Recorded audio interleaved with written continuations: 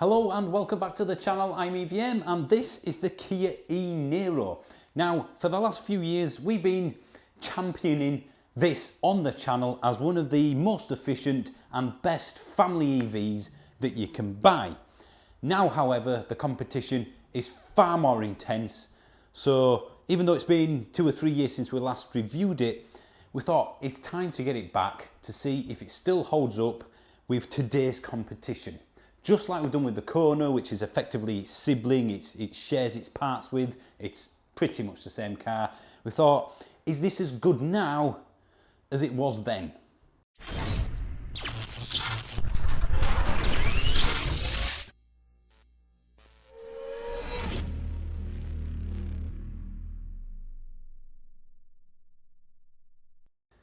Now, things have changed quite a bit for the eNiro and other EVs as well, but I'm going to concentrate on this because since this was dropped off to now, me filming, the price has changed somewhat because of the government grant scheme changing, which meant that overnight this has gone from £32,500 in its bigger battery version to £35,000.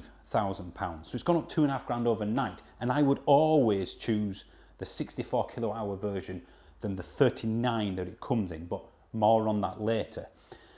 So that's a big change. That's not far off 10%. So does that devalue it a bit? Does that make it not quite as good a proposition? I think we have to recalibrate things. The Model 3, for example, is 43 grand now pretty much. It was 40 and a half when I bought it. So everything's gone up. Has this just followed suit? Either way, let's look at it as at its price today. This is, in its bigger battery version, a car that starts at £35,000. That's in some serious competition. So let's come on that in a bit though. Let's look at this on the outside, then the inside, and then we'll take it on the road. For me, its looks are as it was before. It's had a few tweaks, and there are a few nice little details like these blue flashes that you see around. That's unique to the electric. This grille here is also unique. Never been a fan of this personally. It looks stuck on. I think I'd rather have the normal grille and maybe just blank it out underneath, or I don't know. It's like an aftermarket accessory. It just doesn't quite suit it, but you know, it's not a game changer. The charging port is there, of course, CCS. Again, come to the charging later on. I do quite like the new Kia logo though. That's quite nice. But for me, this is a standard Euro box sort of design. It looks like many other crossover SUV types on the road.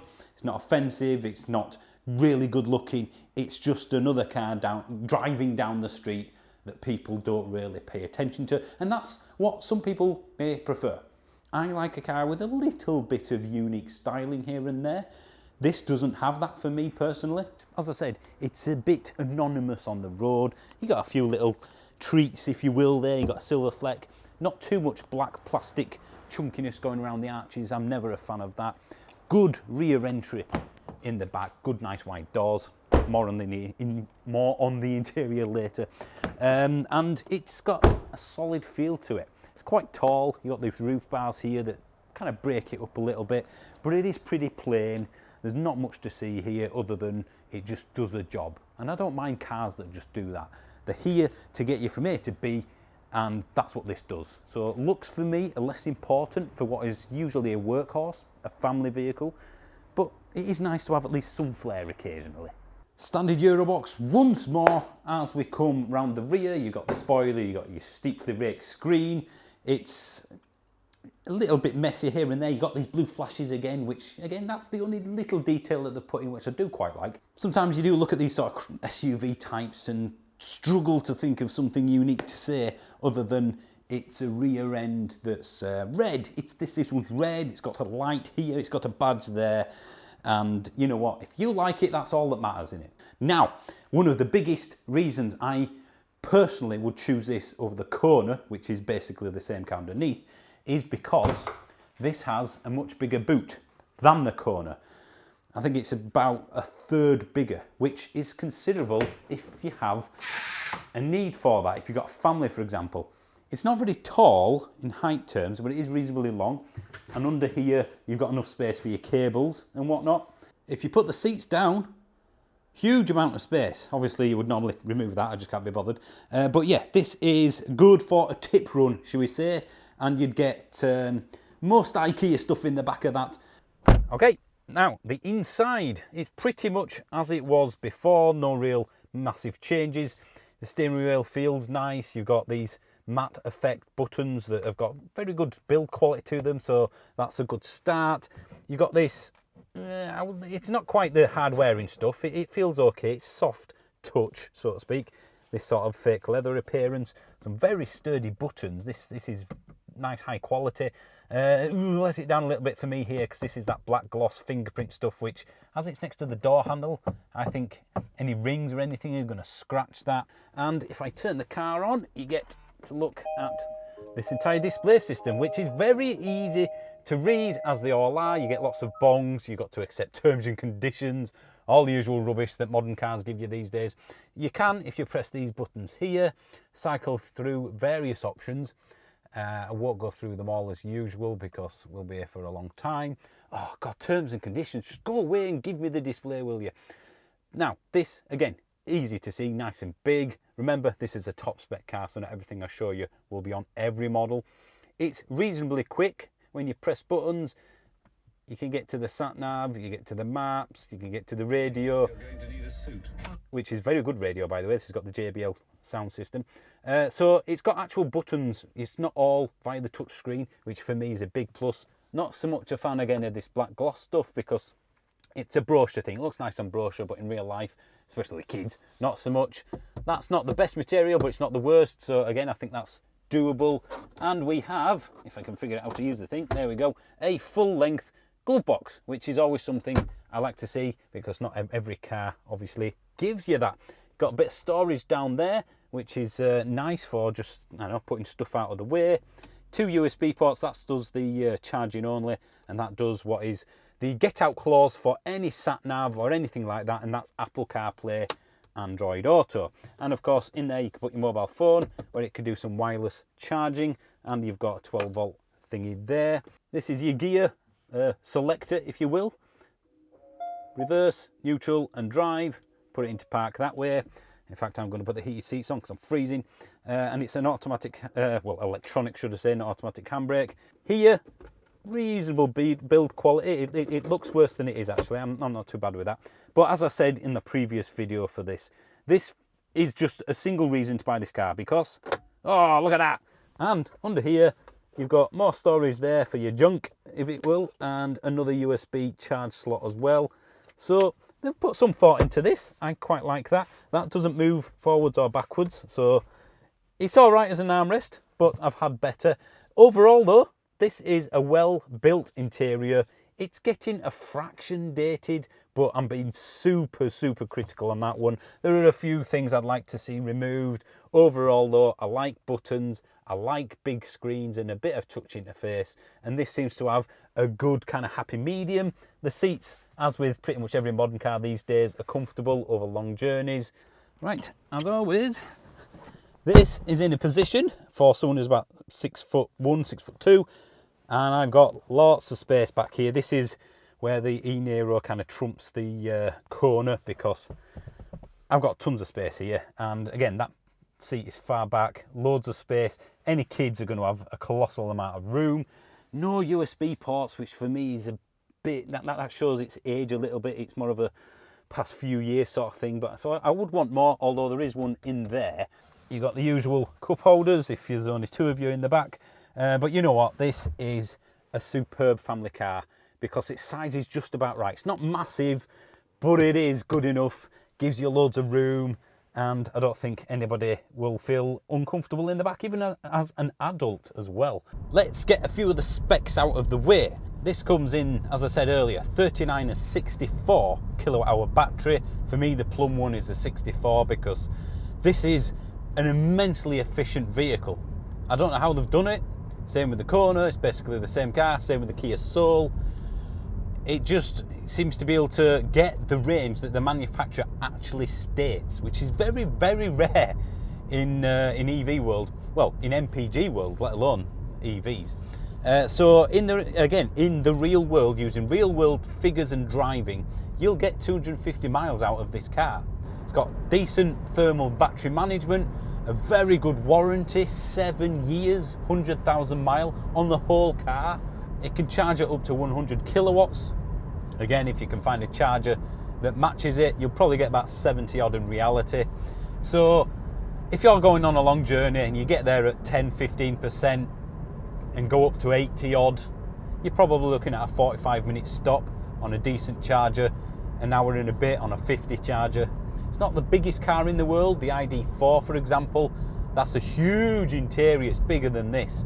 Assuming of course you can afford that little bit of extra deposit or monthly payments, go for the bigger battery version, because once you come to trade it in or sell it on or whatever, it will be worth at least that then. So it's almost like a free upgrade. Couple hundred brake horsepower, so it's got a fair bit of poke when you need it, good overtaking ability, and the steering for some reason is a lot better than the Kona, even though again it's the same car. I prefer what they've done in here. It doesn't feel as skittish, and it doesn't spin its wheels at every opportunity. It does, but not as much. But when you put in a couple hundred brake of instant torque from the EV motor through just the front wheels, because it's not a four-wheel drive car, of course you're going to get that. Stick some decent tyres on it, some PS4s or something, because the eco stuff they're putting on these I think is what's causing most of the problem. You know when you get in a car and you think, I like this. There's no quantifiable reason, there's no statistic, there's no specific thing like, oh, it's got this range, or oh, it's got this performance. You just think, you know, I like this, I'm driving it around and it suits me. I don't know why. And this is the feeling I get for this. As with the other Kias and Hyundais and whatnot, you've got these flappy paddles here, which adjust the level of regen. Right now I've got max regen, now I've got no regen. And if you hold this one down, I can't do it now because someone's behind me, but if you hold that one down, it will bring the car to a complete standstill using just regen, which again, brilliantly efficient. I mean, I spend most of my time driving around in a Tesla Model 3, and I think the car is brilliant. But I do miss things like this. Oh, I'm a little warm, I'll adjust the temperature, of which I'm doing without having to take my eyes off the road. So, again, good balance. It's all about balance. You're never going to get a perfect car in life. Find the one that ticks most of the boxes and go from there. Not the quietest electric car on the road when you're doing sort of motorway speeds, but it is quieter again than the Kona. You just seem to get a tiny bit more engineering out of the Kias than the Hyundais. We actually put a deposit down on one of these. And the reason we cancelled it, this is 2 and a bit years ago I think, the reason we cancelled it was because they said the price is going up, Kia haven't told us by how much yet.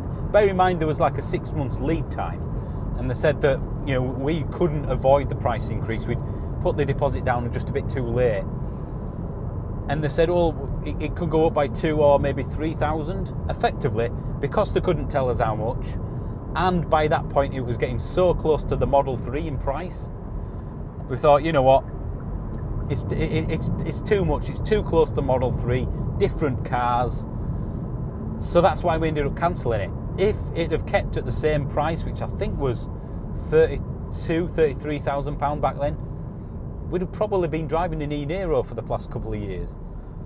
Even at 35 grand, this is £8,000 cheaper than the standard range Model 3. £8,000. That's a different price bracket for me. They're not really comparable. And this for me is against the Skoda Enyaq, the ID3, a bigger battery version anyway, in the 30s basically, 32 to 37,000 pounds, off to 40. I mean, this is one of those cars where they've concentrated on the touch points, but the non-touch points, they're relatively hard wearing or cheaper, shall we say. You might argue that a £35,000 car should be better than that, but I think in EV world that's kind of normal. Do you know that kind of musical noise where somebody rolls something around a glass bowl and it goes whoa, whoa, whoa, whoa? That's what this car does when it's at slow speeds, that, you know, to that pedestrian noise. I feel like I'm in a church every time this car sets off. It also beeps like a truck when you reverse, which again, I think is a good idea. It's just a little bit loud. So you're going, you're reversing into your drive and it's going, deet, deet, deet, deet, deet. And quite frankly, when my wife come back to work at 3 in the morning, because she works a lot of night shifts, you can hear it. Steering, again, very weighted, shall we say, towards the urban driving. You can do it with one finger, which most people prefer. I would like something which has progressive feedback. So if I put this in sports mode, it just stiffens things up a bit. It doesn't do that. But then why give it 200 brake horsepower if you can't really use it properly? It's almost overpowered. 150, 60 would probably be enough. Over the last 260 miles, this car has done, and a lot of that was motorway, by the way, this car has done 4 miles per kilowatt hour. 4 over 70% motorway journeys, or motorway speed, should I say. Which, considering it is about between 3 and 6 degrees on average at the moment, since, whilst it's done that, that's very good. Really good. I wouldn't have got that out of my Model 3. It's a workhorse car. It's not a car you're going to fall in love with. I don't think it's a car you're going to sell on after a few years and then fondly look back on. It's just one that will never bug you, never annoy you, never really go wrong. It's got the performance. It's not got the handling to match the performance, as most cars don't these days. Whoa. It's a bit bouncy. You can feel the weight. It's not dangerous. You don't fill me with confidence when you're pushing it. But again, the expectation is you wouldn't be doing that in this car because it's not a hot hatch. It's not a Mini Cooper or anything like that. But you know what? You can make very good progress and stay within its limits and almost have a bit of fun. I mean, the one thing I can tell you is that I'm very familiar with these roads. I could drive them blindfolded. I know where you can go quick, I know where you have to be careful, but I still cannot catch that post office van in front of me. I have 200 brake horsepower and still that what looks to be a 15-year-old Vauxhall combo van, it's just off. He's off. Oh, it's leaning. Whoa, stuff in the boot has gone flying. Now car that's pretty much out, which will be on the channel in the early new year, that is cheaper but also matches it for range in the bigger battery version anyway. It's the new ZS, the MG ZS. The efficiency is better than the ZS, but in terms of the range you get, because the ZS comes with a bigger battery, it's comparable, but 10-20 miles extra range in this isn't going to justify the fact that that is about £7,000 cheaper than this. About the same size. Yeah, there are things which this definitely does better. It rides better, it's quicker, it's more efficient, it's put together better, but not £8,000 better. So, oh, shut up, lane assist. This is a country road. Oh, lane assist never works right. How do you turn it off? Where's the button to turn it off? Shut up! I can understand safety equipment. It makes sense. It makes cars safer. I'm not arguing with that.